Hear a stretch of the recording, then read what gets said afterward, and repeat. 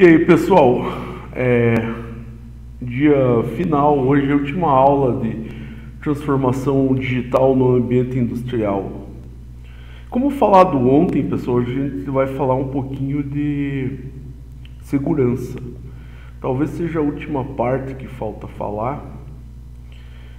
E a primeira coisa que eu queria falar com vocês aqui é o seguinte: segurança desse curso aqui é voltada literalmente para o ambiente industrial, tá? Então aqui a gente não vai falar muita coisa relativa à parte de pessoa que entra na dark web ou que tem de segurança lá ou que tem de bom ou mal, não. A gente vai ter outro foco aqui, e o foco é o seguinte: uma empresa, ela está ligada à internet, tem a intranet, a gente vai explicar o que é intranet hoje, quais são as ações seguras para ela usar essa ferramenta digital sem se expor muito. A gente também vai falar quais são os riscos que existem, o que é um vírus, os tipos de vírus que existem, o que é um spyware, qual a diferença de um spyware e de um malware, tá?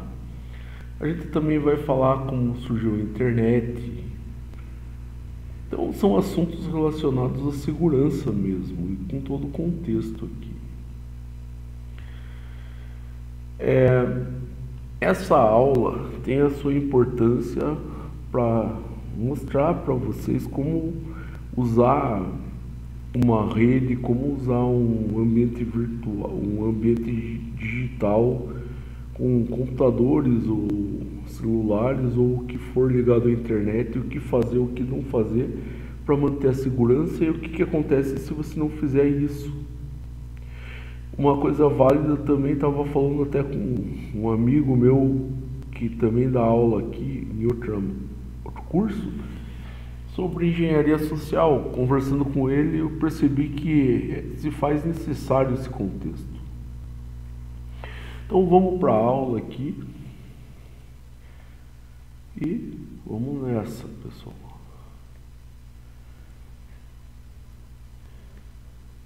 Então, falando aqui sobre segurança digital, eu gosto de falar sempre, pessoal, e mostro essa figura aqui de um suposto hacker e outra pessoa acessando aqui e com o símbolo da caveira.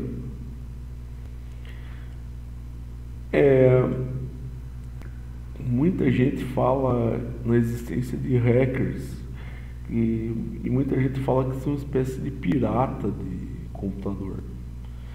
Na realidade essa ideia já é antiga, desde que foram lá dos primórdios da internet isso.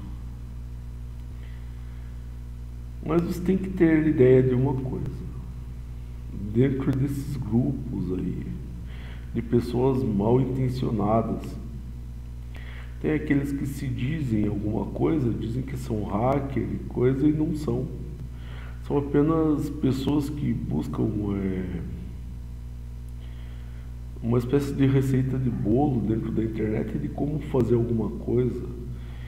E na verdade isso realmente dá medo, porque é esse tipo de pessoa que não está nem aí, faz de qualquer jeito para ver se dá certo, não tendo ideia do que está fazendo. Muitas vezes não conseguem, mas quando conseguem fazem um desastre imenso. Agora, se você pensar no termo hacker, ele seria uma pessoa mais instruída, uma pessoa que realmente entende de programação. E é isso, tá? Até hoje eu não fiz nenhum curso de programação em EAD, embora, se você olhar nos meus canais, tem alguma coisinha lá que eu ensino. Hoje eu estou mais focado em blueprint para programação de jogos, mas Eu já ensinei nessa vida aí de professor diversas linguagens. E eu garanto para vocês, não é um hacker, não é aquele cara que tem tanto conhecimento assim. Não precisa saber muito, não precisa ser algo extraordinário, mas é aquele cara que sabe usar e sabe aplicar, muitas vezes o pouco que sabe, ter resultado. A vida é assim, pessoal, não é saber muito, não adianta você saber um monte de coisa, saber muita coisa e não saber aplicar. Se você fizer alguma ferramenta aí usando JavaScript ou algum bug de PHP, muitas vezes é esse pessoal que cria a ferramenta que chega a dar algum resultado. Quero deixar bem claro que eu sou contra isso. Eu sou contra uma pessoa usar o conhecimento que tem para invadir a privacidade de outra ou para quebrar a segurança de uma empresa. Eu estou do outro lado dessa briga, eu estou do lado da empresa e a minha ideia é garantir a segurança. Bom, a primeira coisa que eu queria falar é justificar o porquê a segurança digital. E novamente a gente bate naquela tecla de revolução industrial, mais especificamente a terceira, onde começou a existir esse número imenso de hardwares, onde começou a existir as pessoas com essa nova profissão, com esses novos conhecimentos, e principalmente é onde começou a existir uma rede que liga o mundo inteiro, que é a internet. Como eu falei, existem indivíduos bons que não gostam muitas vezes de ser chamados de hacker, mas existe também aqueles que usam conhecimento para fim ilícito. Então a internet é isso, assim como existem pessoas boas, existem pessoas maus, e ela imita a vida, né? Dentro da parte ilícita, a gente vai citar algumas aqui, algumas coisas que são fundamentais falar. Então existem pessoas que se usam da pirataria, querem assistir algum filme, jogar algum jogo, muitas vezes elas não pagam e nem usam os direitos para ir, não pagam o direito autoral de quem fez o filme, o que dá um prejuízo violento depois. Então isso é um tipo de pirataria, sem dúvida. Golpes bancários, e hoje esses golpes não estão só no uso de computador, mas principalmente por golpe em celular. Crimes de diversos tipos, tá? Então, uma coisa é certa, pessoal. Se uma pessoa está ligada à internet, ela deve saber o mínimo para que não caia nesses golpes, para que não seja uma vítima desse pessoal que quer fazer o errado. Se ela não tiver essa mínima noção de segurança, ela é um alvo fácil. É uma das coisas que eu vejo ainda, principalmente aplicado a golpes que existem hoje, é que o elo mais fraco dificilmente é o elo tecnológico. Dificilmente é um software de um banco, dificilmente é um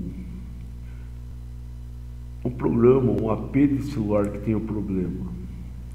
O problema não está aí. O que mais se usa é engenharia social, no qual você encontra pessoas se passando por outras pessoas para tentar convencer a pessoa a fazer alguma coisa. Então esse tipo de educação, para não cair em engenharia social, seria essencial para todo mundo. Vou voltar um pouquinho aqui, falar um pouco mais nessa abertura aqui de segurança digital.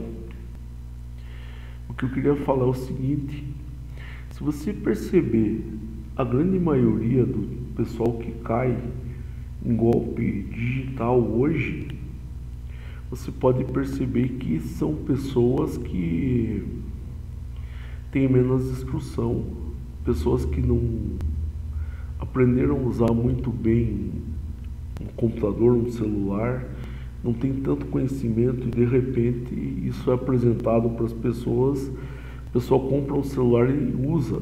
É esse tipo de gente que cai em golpe, no geral. Bom, antes de falar algum termo específico de segurança, antes de se aprofundar um pouco, a gente devia falar alguns termos que alguns a gente já falou, como hardware e software na última aula. Lembram? O hardware é a parte física, é aquela parte que você pode encostar, como por exemplo um monitor, mouse, teclado, um gabinete, um notebook, um celular. E o software é aquela parte de programa. Na aula passada a gente viu que tem sistema operacional que serve para operacionalizar e permitir o uso do computador ou do celular, seja o que for. Existem programas com finalidades específicas, esses conhecidos como softwares, e dentro do celular muitas vezes conhecidos como AP. Outro termo importante aqui seria a rede. Pessoal, o que seria uma rede de computador, uma rede de celular? Seria um sistema que possibilita a comunicação entre os computadores. Então eu tenho 5 computadores numa casa. Eu quero fazer que um consiga ver informações do outro. Posso criar uma rede para isso. Eu quero acessar de repente no meu celular alguma coisa que está dentro do meu computador, ou o contrário, acessar no meu computador alguma coisa que está dentro do celular. Eu posso tentar ligar o computador no celular, mas eu também posso fazer isso via rede. E aí eu vou conseguir acessar, usar diversos celulares para acessar o que tem no computador, ou ao contrário, usar diversos computadores para acessar o que tem no celular. Lembrando que essa rede, principalmente doméstica, não é só celular e computador que fazem parte, mas outros dispositivos como tablets, muitas vezes televisões estão ligadas em rede. E com a internet das coisas, que é um termo atual esse, mostra que muitos equipamentos eletrônicos já estão ligados a essa rede. Você pode ter na tua casa, por exemplo, uma lâmpada que você possa controlar por um computador. Você pode ter na tua casa uma geladeira, é claro que isso é caro, né?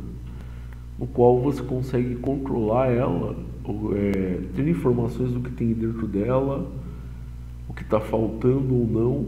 Ela te manda um relatório já por rede. E isso é chamado internet das coisas. Sem falar em sistemas de vigilância como câmeras ou diversos outros dispositivos que existem nessa rede. Uma rede doméstica. Essa rede doméstica ela pode ou não estar ligada à internet. Agora, se você pensar numa empresa, você não pode tratar uma empresa como uma casa. A empresa ela é bem maior, ela tem muitas pessoas, muitos colaboradores. E cada colaborador geralmente vai ter o seu e-mail, vai ter a sua área de trabalho na rede, vão ter as suas pastas que podem estar compartilhadas ou não. Esse sistema de compartilhamento sobre uma mesma empresa, o nome disso se chama intranet. Então eu trago aqui a definição de intranet. Uma rede privada, ou seja, o que é essa rede privada? Uma rede que a privada somente aquela empresa, onde pessoas cadastradas possuem acesso e que possui geralmente uma diversidade de informações. Alguém pode fazer uma intranet em casa? Seria meio sem sentido, mas também não seria impossível, tá? Outra coisa é o seguinte: para você acessar a intranet, você não precisa estar necessariamente dentro da rede da intranet, você pode acessá-la por fora. Só deixa eu dar uma olhada aqui para ver se eu lembrei de mudar a tela. Lembrei. Vamos voltar para lá. Então, pessoal, a intranet é isso. Aqui no Senai, a gente tem uma página aqui que representa a intranet do sistema, tá? Eu acho bem óbvio, talvez, mostrar aqui para vocês essa página, para vocês terem ideia aqui. Então, eu vou pôr numa tela normal, aqui eu vou abrir o navegador. E agora eu vou entrar na intranet, aqui ó, Sistema FIEG Intranet. Tem sempre uma janela de acesso, isso é normal numa intranet. Quando eu logo nela, ela vai me trazer um portal com diversas possibilidades. Por exemplo, se eu clico no Home, vai carregar a página inicial aqui. Pode ver que tem diversos links aqui, me levando para diversos locais diferentes. Por exemplo, aqui leva para o e-mail, aqui leva para um sistema, aqui tem fotos de e-mail. Mas olha aqui, ó, Universo S. Caso ela mostra aqui diversos espaços, diversos locais que eu posso usar. Então isso é uma espécie de página gerenciadora de uma intranet. Basicamente, tudo que se precisa provavelmente vai ter um link aqui dentro. Eu espero que tenha ficado um pouco claro para vocês, pessoal, a ideia dessa intranet. Lembrando que a intranet é a rede em si, e o que eu mostrei para vocês é um portal de gerenciamento da intranet. A internet, pessoal, é uma rede que liga muitas redes. Então eu posso ter um monte de intranet, um monte de computadores ligados a uma rede bem maior chamada internet. Então esses são os termos aqui. Além do hardware e software que a gente já tinha visto ontem, hoje a gente viu rede, intranet e internet. E agora falar um pouquinho, isso estou falando já voltado para a internet, dessa família de protocolos TCP/IP. Bom, o que seria primeiro essa família de protocolos que realmente possibilitam ligações entre os computadores? É o seguinte: você quer se comunicar, teu computador quer se comunicar com outro computador, seja na mesma intranet, ou seja numa outra intranet, ou seja numa outra rede, mas que ela esteja ligada à internet. Você vai ter uma série de regras que o sistema usa para isso. Essas regras podem ser chamadas de protocolos também. E esse conjunto de protocolos aqui, que é capaz de criar a rede, é chamado família de protocolos. E a família atual que é usada na internet é a família TCP/IP. Esse TCP e o IP são dois protocolos que dão o nome da família, mas a realidade é que existem muito mais protocolos dentro dessa família. A gente vai falar um pouquinho mais disso um pouco à frente, tá? Mas saibam que quando fala de TCP/IP, é uma série de regras, e elas estão em camadas, e elas possibilitam você pegar e e ligar um computador com o outro. Então são as regras que usam para ligação dessa rede. Proxy. O proxy, pessoal, seria aquele computador que fica no meio para você conseguir chegar no teu objetivo. Vamos imaginar que eu quero, por exemplo, acessar um site qualquer. Vamos imaginar que eu quero acessar o site da UOL.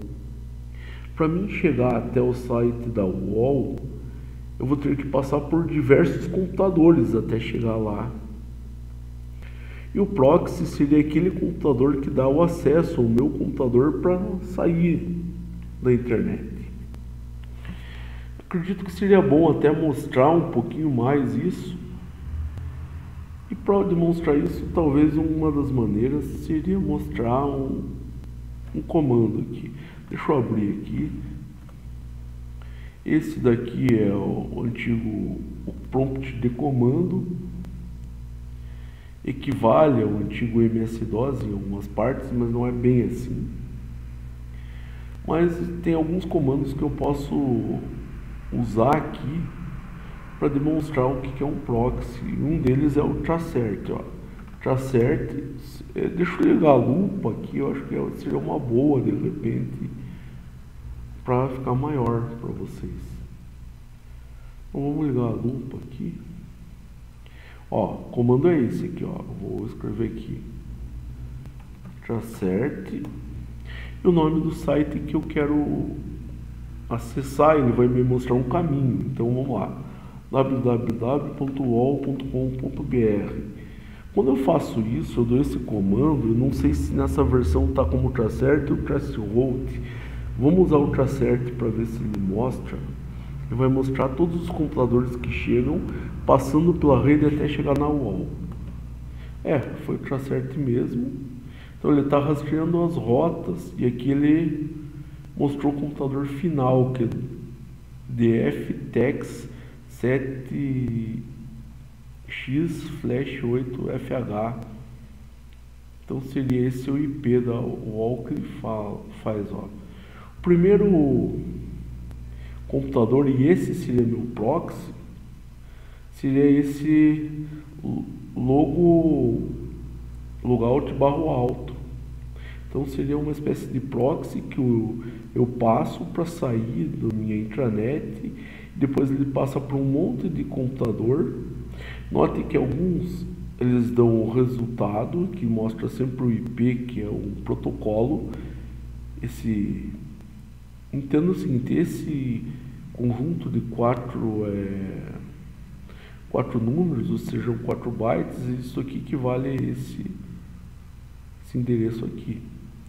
Nem sempre ele chega em todos os computadores, volta esse sinal, às vezes dá essa perda, e provavelmente aqui vai acabar chegando aonde? Vai chegar no computador da UOL. Eu vou tirar, agora que eu mostrei aqui, eu vou desabilitar a minha lupa. Acho que não precisa mais, né? Só achar ela para desabilitar, pessoal. Essa lupa é bom, mas saber onde está ela. Por algum motivo ele não está mostrando aqui diversos computadores, está perdendo pacote, o que não é uma coisa muito boa. Isso pode acontecer por diversos motivos, né?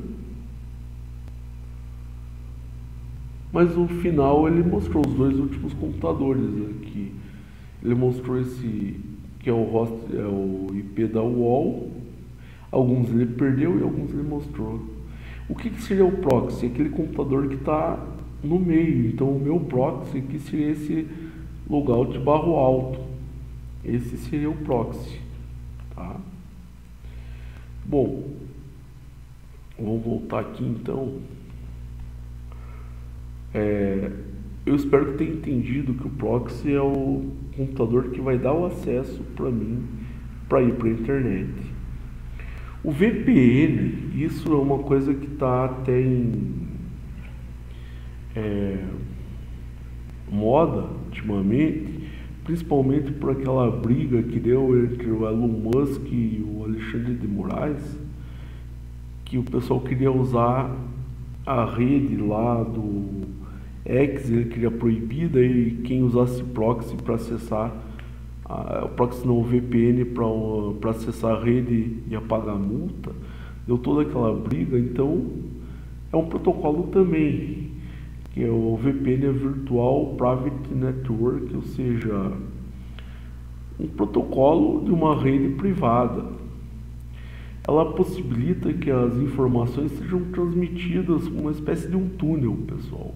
Só que nesse túnel ninguém sabe exatamente o que passa lá dentro. Ele faz um processo chamado criptografia. Então tudo que passa lá dentro não é conhecido. Então se eu uso um proxy uma VPN para acessar um site, o site não vai saber da onde que eu estou acessando, não vai saber quem sou eu. Vai criar um nível de proteção e de privacidade. Como tudo na internet, isso pode ser usado para o bem, pode ser usado para o mal. O VPN, pessoal, pode ser tanto usado para cometer um crime e não ser rastreado depois, quanto pode ser usado para você não permitir que uma empresa mal intencionada pegue teus dados. Ela mascara a tua identidade. Imagine o seguinte, ó, se eu uso um VPN, eu vou fazer um desvio de caminho, eu vou fazer o pacote passar para um servidor distante. Se eu falo que o VPN é para usar um VPN, por exemplo, que está nos Estados Unidos, então vai ser entendido para a máquina final que o meu servidor que eu estou usando dos Estados Unidos, ele vai levar a entender que o meu computador está nos Estados Unidos mesmo não estando. Existem VPNs, servidores de VPN espalhados em diversas partes do mundo. Tem alguns usos clássicos, tem um exemplo aqui. Isso não é nada de ilegal, mas imagine a Netflix. Você quer ver uma programação, um filme que não está na Netflix disponível no Brasil. Se você entra com um VPN que indica para a Netflix que você está em outro país, por exemplo, nos Estados Unidos, e você entra na Netflix usando essa VPN, para a Netflix você não vai estar mais no Brasil, então você vai estar nos Estados Unidos. Como já foi logado em teu login e tua senha, todo o conteúdo dos Estados Unidos ela vai te liberar. Se o filme não está disponível aqui, mas está disponível nos Estados Unidos, ele vai deixar você assistir, tá? Então eu fiz um pequeno texto aqui do VPN. Comecei aqui que ele é a sigla de Virtual Private Network, ou seja, uma rede privada virtual. Rede que possibilita as informações serem transmitidas por um túnel privado, dessa maneira mascarando a identidade inicial e final de um processo de comunicação. Existem servidores que guardam logs e os que não guardam. O uso de VPN possibilita esconder localização e, por consequência, vem usando para ações tais como acessar outros filmes em serviços de streams, ou também é usado para evitar quebra de privacidade. Isso leva ao anonimato? Leva. E a pessoa, quando está anônima, ela faz coisas boas e ruins, e daí depende de cada pessoa. Para entender um pouquinho melhor como funciona a internet, eu muito recomendo esse filme. Eu vou colocar ele na aula lá. Você vai ver como um filme à parte chamado Guerreiros da Internet. É um filme razoavelmente rápido, aí, de uns 20 minutos no máximo, onde ele explica e demonstra de maneira visual e bem fácil de entender como que são as camadas do protocolo TCP/IP como que um pacote sai da internet, como ele vai para a intranet, o que acontece quando um pacote se perde. É um filme que vale a pena assistir se você quer entender um pouquinho melhor como funciona isso, essa parte da internet. Não posso passar aqui, mas assistindo o filme você vai perceber basicamente que a internet ela é baseada em 4 etapas. Na verdade, esse OSI aqui eu diria que está errado, tá? Isso aqui é a família TCP/IP mesmo. A camada OSI da ISO, ela tem 7 camadas, a TCP/IP só tem 4. São elas, camadas de aplicação, transporte, internet e rede. Onde a camada de aplicação ela é dividida entre protocolos, ou você pode entender esses protocolos muitas vezes como programas do sistema, quanto programas do usuário. É a camada mais alta e, consequentemente, é aquela que está mais perto do usuário. Então, eu tenho aqui o HTTP, um exemplo aqui. Esse HTTP, pessoal, é um protocolo que é usado, vocês já viram, em páginas da internet. Mas a página da internet, ela usa esse protocolo, ela usa essa regra para que o navegador consiga abrir as páginas. Tem o SMTP, esse é um protocolo usado para enviar e-mails, tá?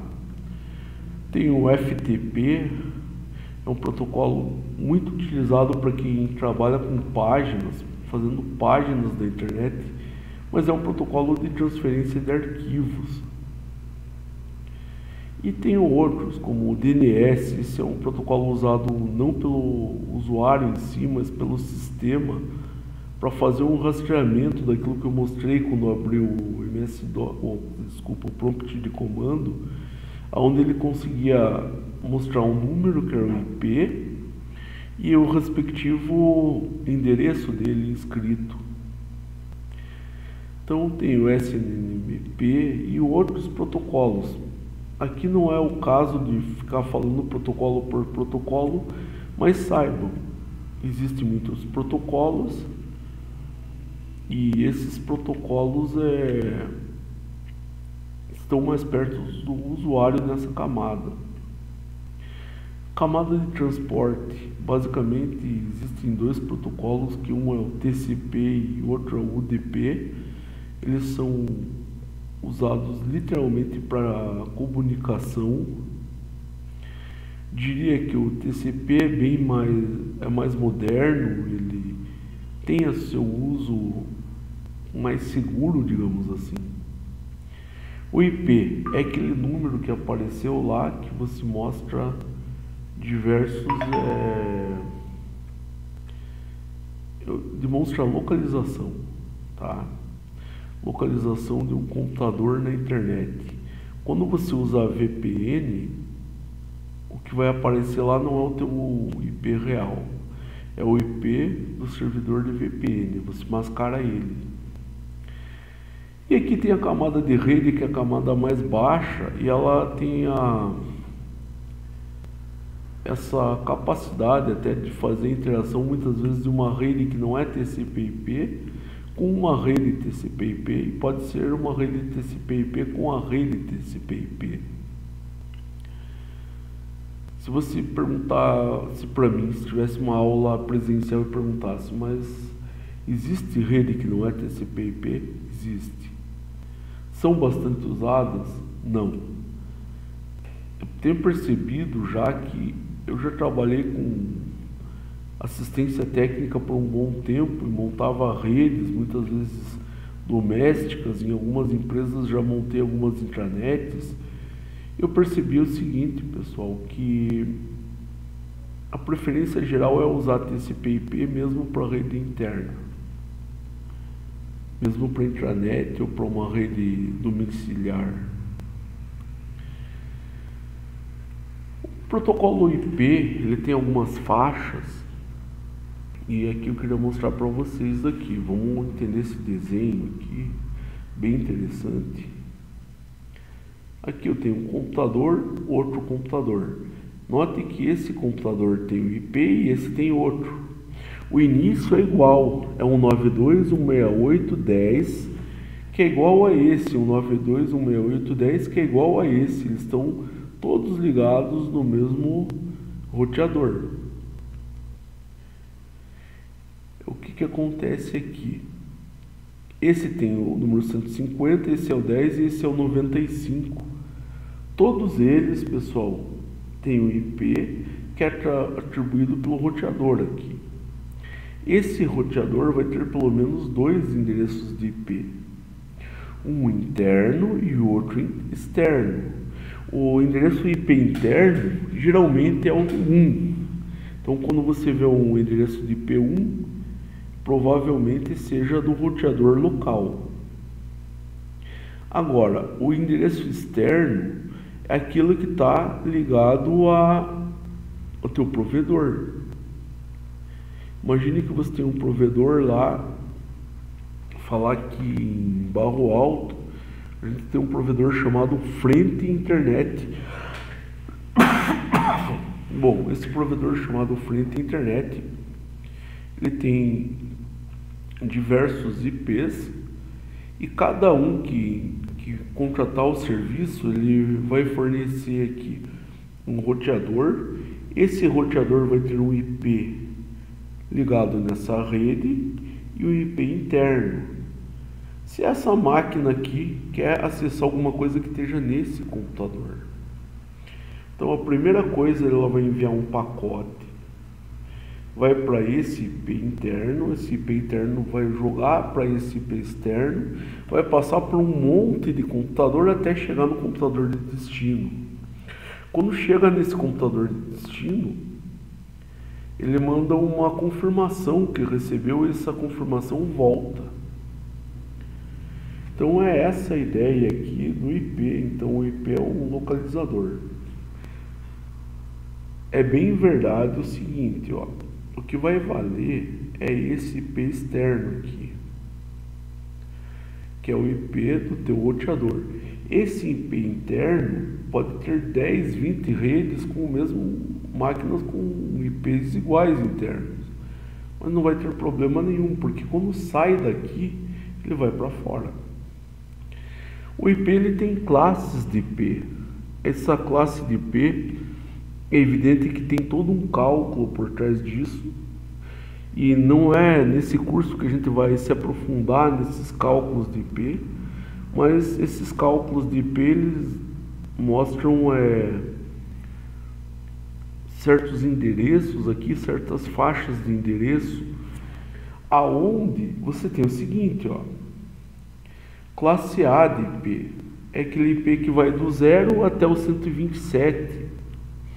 Notem que tem muito mais computadores que podem usar nessa faixa, mas tem um IP específico aqui, que é o 127.0.0.1, chamado IP de loopback, ou seja, um loop do pacote. Você quer testar uma aplicação de internet na tua própria máquina, você acaba usando o 127.0.0.1 e ele joga o pacote, esse pacote volta para a tua máquina, usado para testes internos.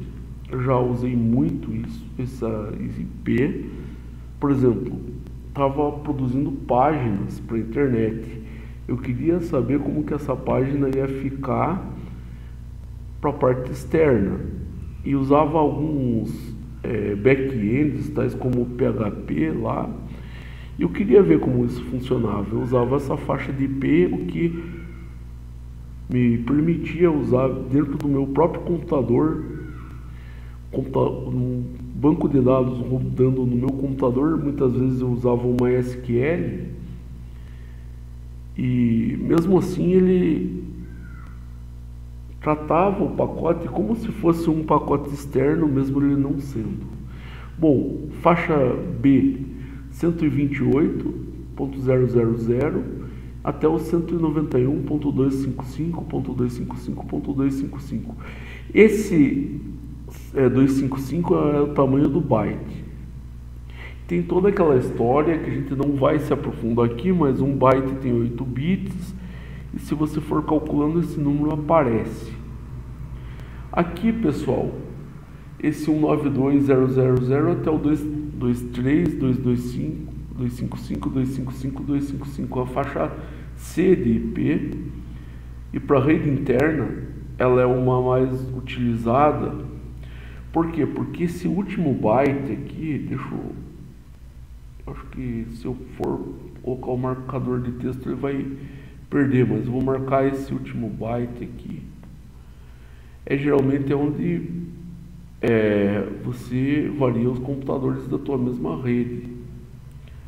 Então é esse byte aqui, ó, final.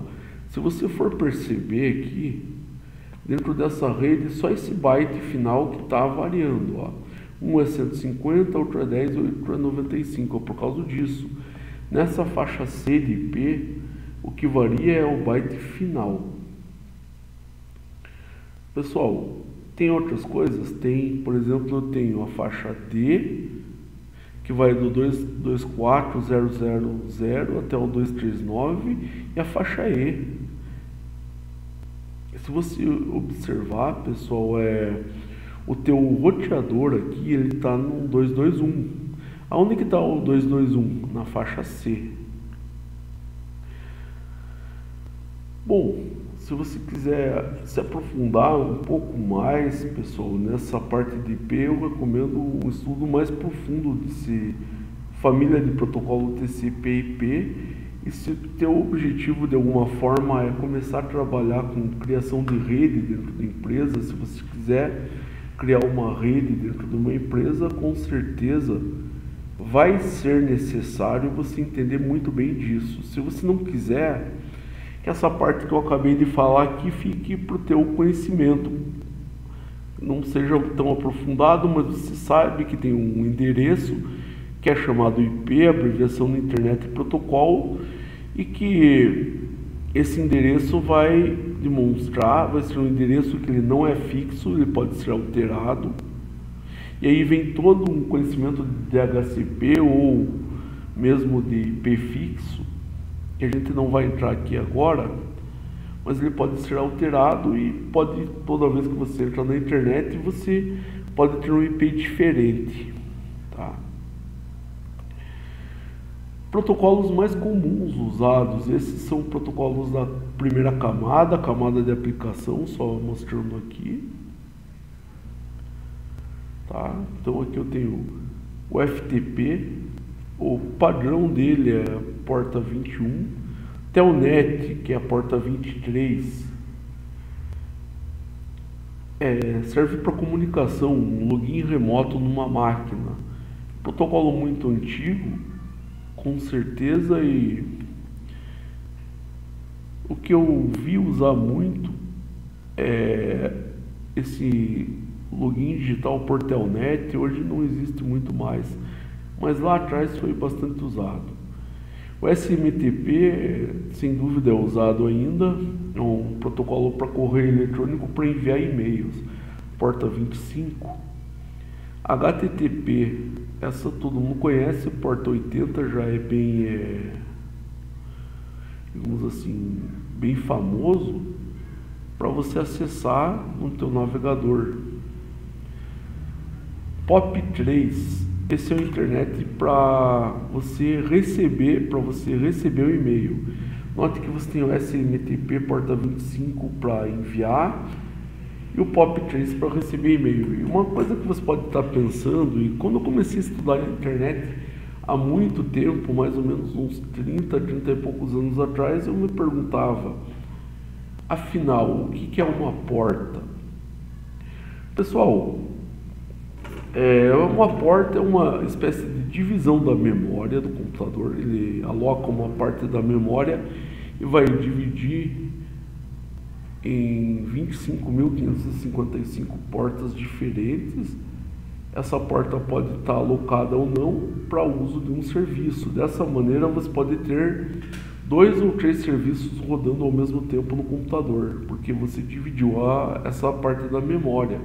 Então é possível, por exemplo, você estar enviando um e-mail através de SMTP, mas ao mesmo tempo você consegue estar acessando uma página através de um protocolo HTTP ou realizando um acesso remoto através de um telnet, por exemplo, porta 23.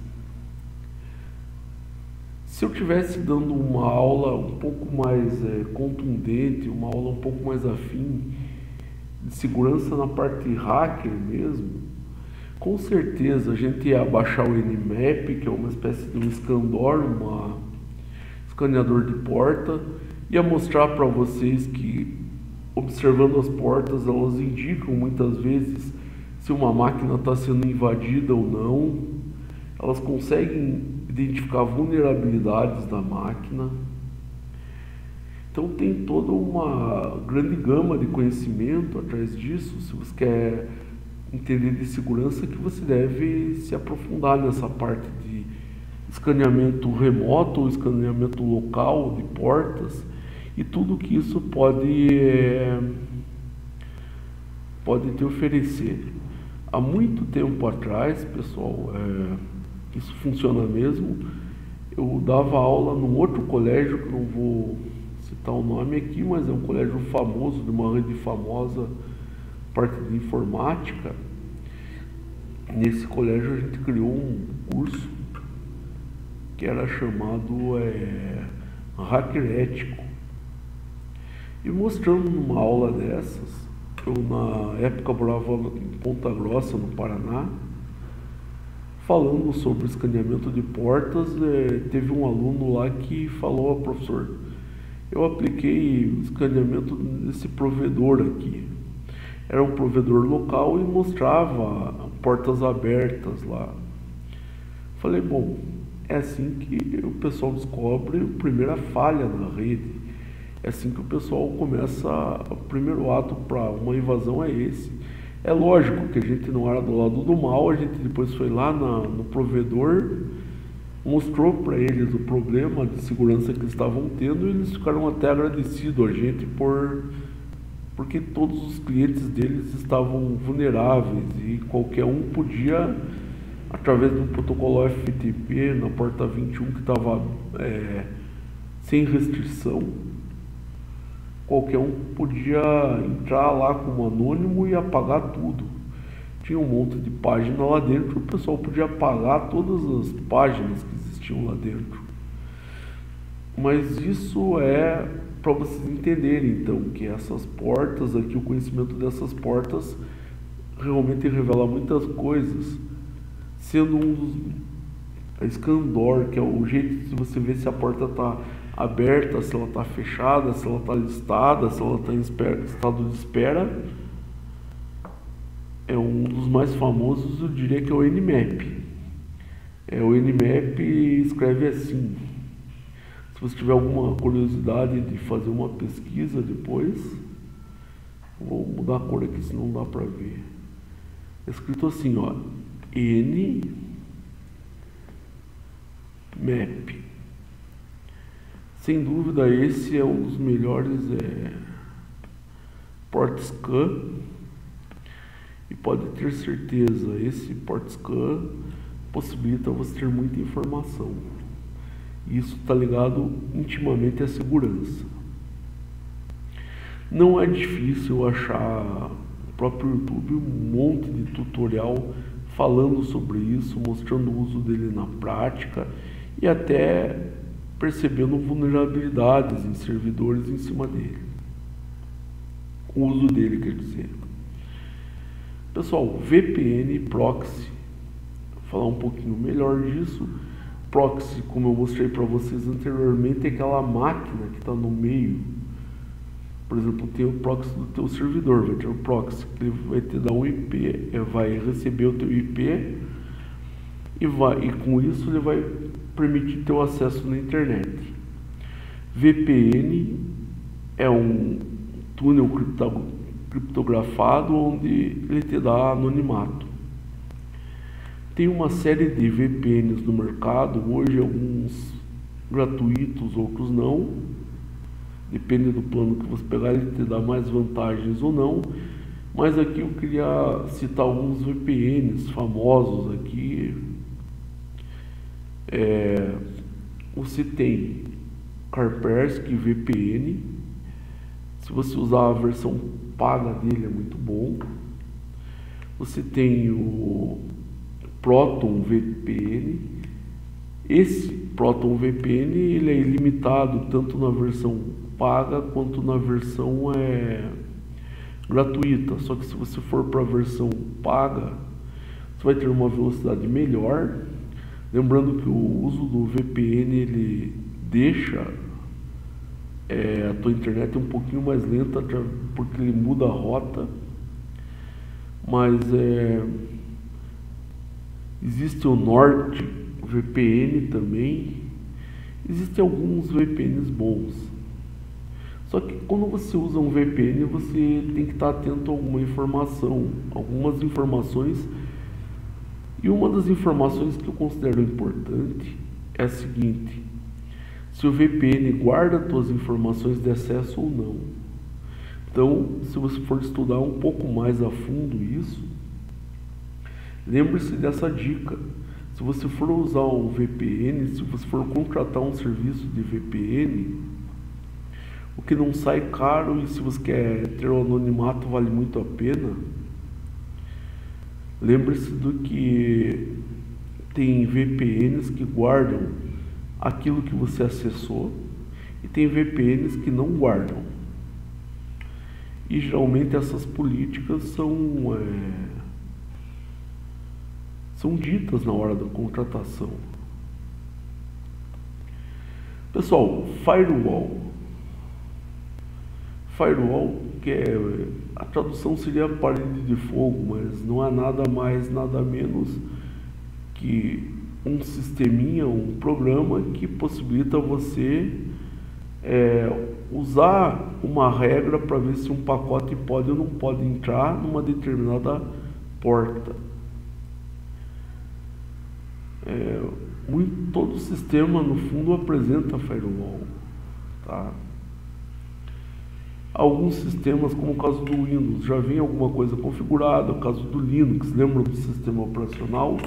Muitas vezes eles têm um firewall até superior ao do Windows, mas esse firewall não está configurado inicialmente. Então você vai lá e vai configurar esse firewall. Quando você faz isso, você pensa em todas as possibilidades e acaba sendo mais eficiente. Vamos ver se eu consigo demonstrar nesse computador aqui o firewall do Windows. Eu não vou mexer no que não pode, afinal de contas eu estou usando um computador que é do sistema. Mas aqui eu digito firewall, então aqui ele vai me dar uma configuração firewall e proteção de rede. Se eu clicar aqui, ele abre o Windows Defender. E só para mostrar para vocês que tem firewall no próprio Windows, tá? Por ser esse um computador privado no sistema, eu acredito que configuração de firewall eu não consigo acessar por aqui, mas se você quiser acessar no teu computador, vai lá na pesquisa e digita firewall. Agora, se você não sabe muito bem o que você está fazendo, eu aconselho a não mexer, porque se você criar uma regra desse firewall que te proíba de usar alguma coisa, simplesmente essa coisa não vai funcionar. Um exemplo disso seria criar uma regra que proíba qualquer coisa entrar pela porta 80. Daí o teu navegador não consegue abrir mais nada. Então, voltando aqui, falar sobre firewall é o seguinte, ó. O problema do firewall é que muitas vezes a pessoa instala programas, sistemas operacionais que vêm com firewall, mas não vem configurado. Como o firewall não está configurado, ela está vulnerável a ataques, invasões. Então é de se pensar nisso, pessoal.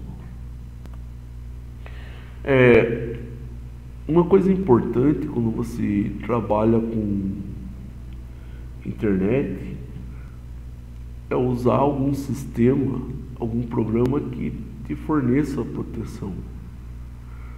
Caso de vírus, que são arquivos que eles infectam o teu computador, ele vai fazer geralmente uma varredura no teu computador e vai começar a unir o código dele com o código de algumas bibliotecas ou de alguns programas do teu computador e vai ter geralmente uma espécie de objetivo de te prejudicar, pegar todas as informações. Você acaba usando o antivírus. Se perguntarem para mim, é o que eu falava já na época da assistência. Hoje, o melhor antivírus é esse, o Kaspersky. Tem antivírus muito ruim aí, que não servem para nada. Por exemplo, isso é o meu ponto de vista agora. O Avast, principalmente aquele Avast livre, é uma porcaria, não recomendo não. Lembrando que isso não é fake news, não é nada, esse é o meu ponto de vista, tá? Se for para você comprar um antivírus, que é um conselho, compra o Kaspersky. Ele vem, se você comprar esse pacote do Kaspersky Total Security, ele já vem com outras ferramentas aqui que são realmente boas, como caso da VPN do Kaspersky, que é muito bom. Ele vem com o Safe Money, que possibilita você navegar em ambientes com transações bancárias com mais segurança. O Safe Kids, que possibilita você, teu filho usar o computador e ele vai fazer uma segurança para ele não abrir coisas inapropriadas. Ele te defende mesmo. Então, guardem essa frase aqui, ó. Em termos de segurança, se faz necessário de um antivírus. Existem diversos no mercado, mas alguns são uma porcaria. É melhor não usar. Seria melhor não usar. O melhor, na minha opinião, é o Kaspersky. Quer usar um, usa esse. Outros antivírus, nesse caso do Avast, não recomendo não. É o tipo do antivírus que eu não recomendo. Na verdade, no meu ponto de vista, ele é pior do que música sertaneja, tá?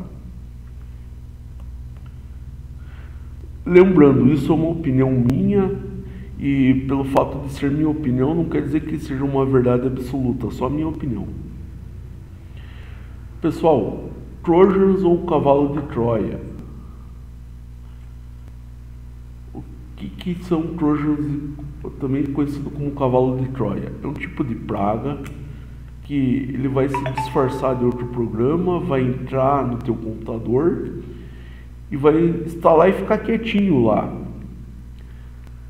Quando você nem está sabendo, o pessoal está tendo acesso completo do teu computador. E atualmente existem muitos Trojans. Se você olhar lá nas antigas, pessoal, lá na época de talvez 2002, 2003, o que tinha lá era dois Trojans, que começava com muita coisa, que era o Back Orifice, que era o popular Bo, e o NetBuzz.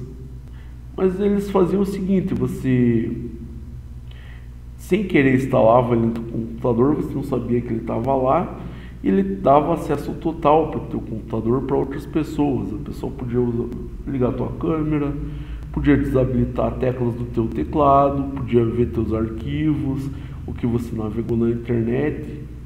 Existe isso, existe ainda, tanto para celular quanto para outras coisas. É por isso que eu recomendo o antivírus, ele também te protege disso. Spyware. Spyware é diferente do Trojan pelo seguinte: se você for traduzir ele, seria alguma coisa como utilitário espião.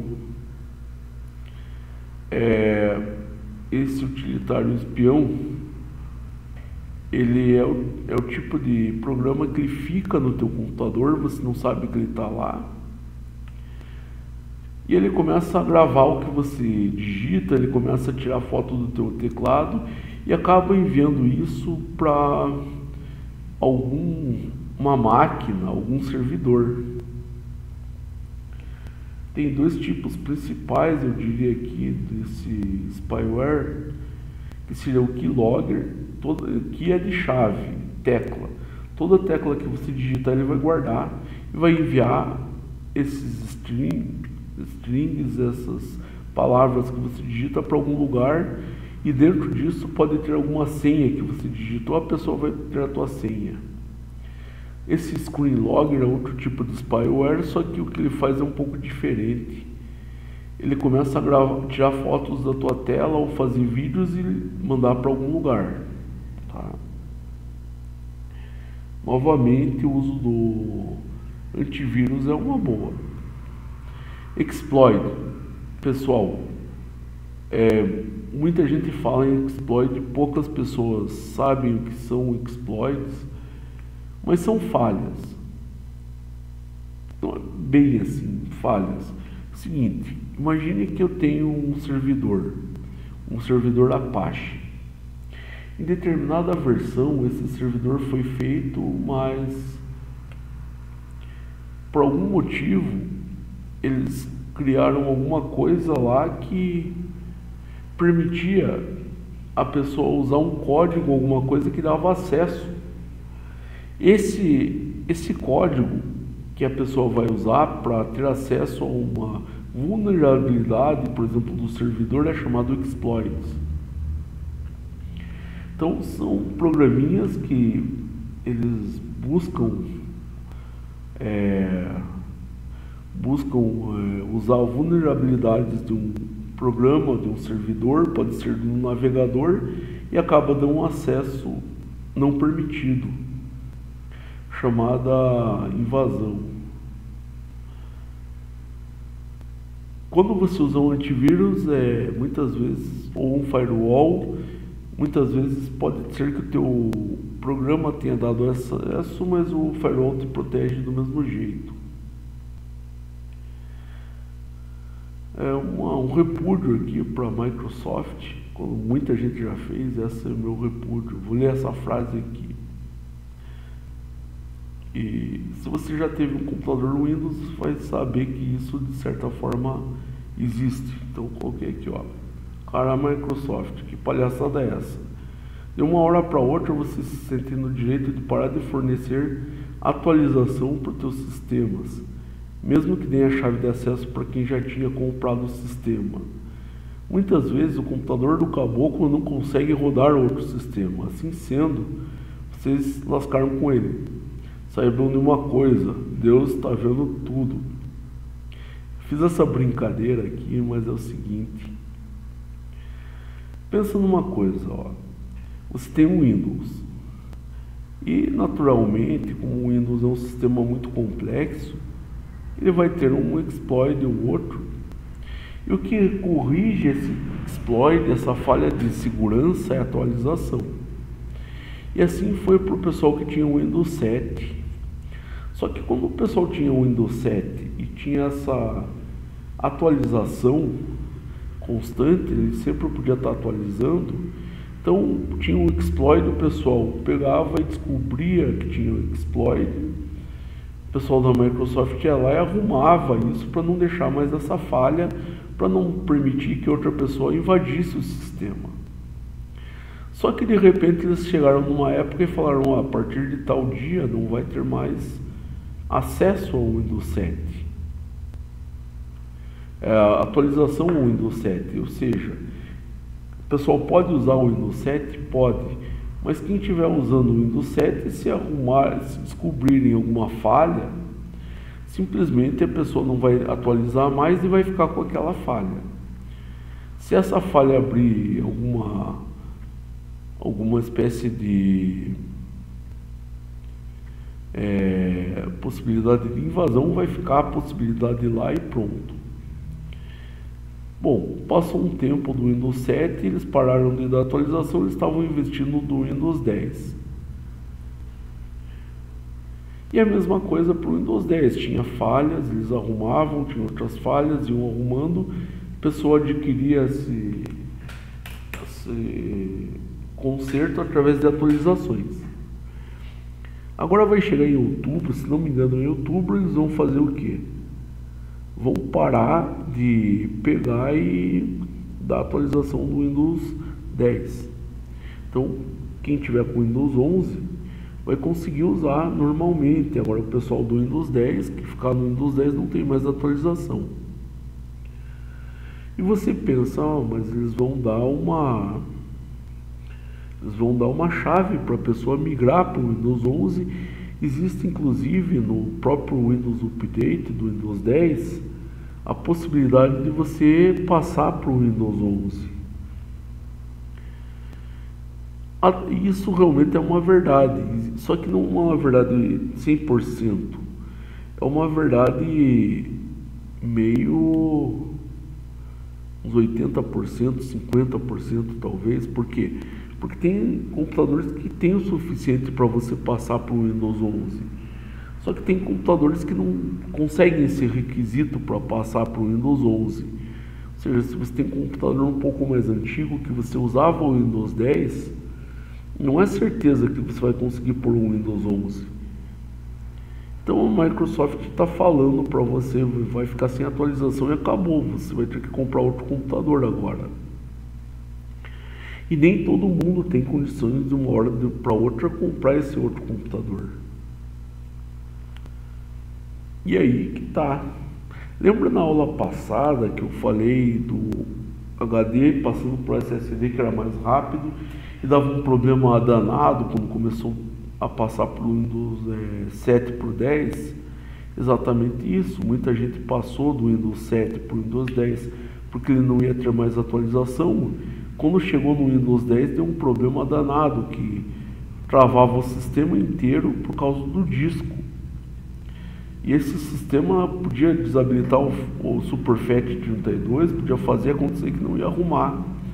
Simplesmente porque o problema estava com a parte física. O HD não tem essa capacidade de dar o tempo de resposta que o SSD tem e não trava o sistema.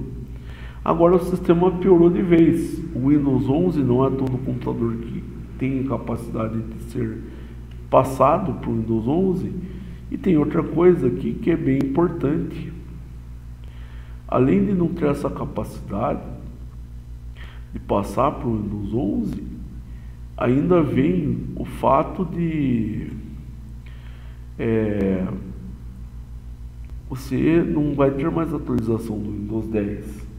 Então você está sem o que fazer muitas vezes.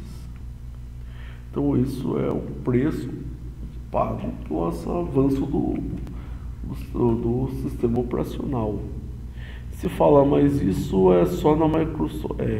Na Microsoft não é o único sistema que tem isso.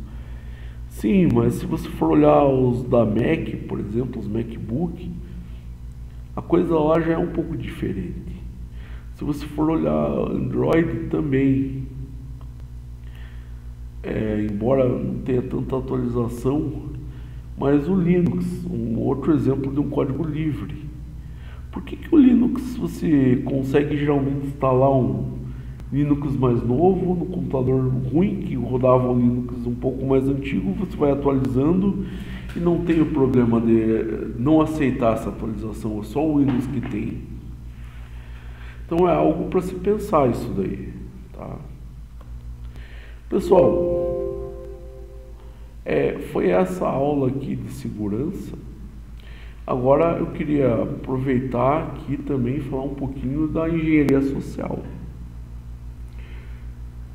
Bom, não tem nada escrito numa apresentação sobre essa aula, mas vamos falar um pouquinho sobre engenharia social. A engenharia social, pessoal, funciona da seguinte maneira. Você não vai usar